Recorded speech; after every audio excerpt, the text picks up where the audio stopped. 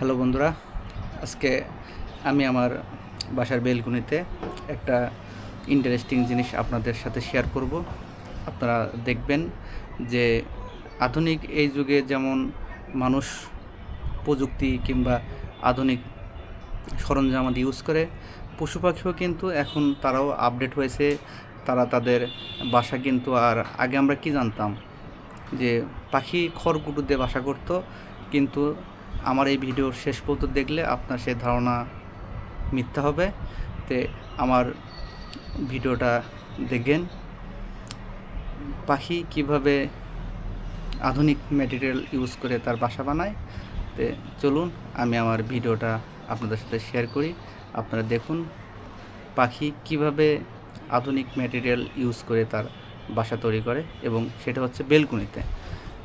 তো চলুন দেখেন, আমি বেলকুনিতে উঠব।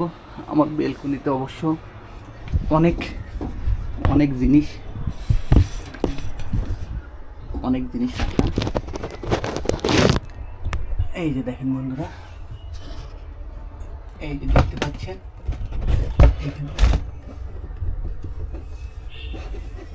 এই যে পাখি বাসা করেছে, ঘুঘু পাখির বাসা। দেখেন দুইটা ছানা, ওর মা অবশ্য নেই।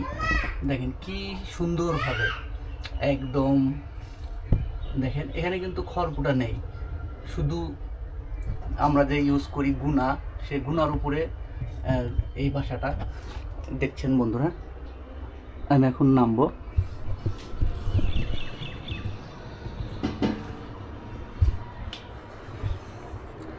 দেখলেন শুধুমাত্র আমরা যে গুনা ইউজ করি, সেই গুনা দিয়ে লতাপাতার মতো কত সুন্দর একটা বাসা বেনেছে। তো ভিডিওটা ভালো লাগলে অবশ্যই কমেন্টে জানাবেন। ধন্যবাদ। আল্লাহ হাফেজ।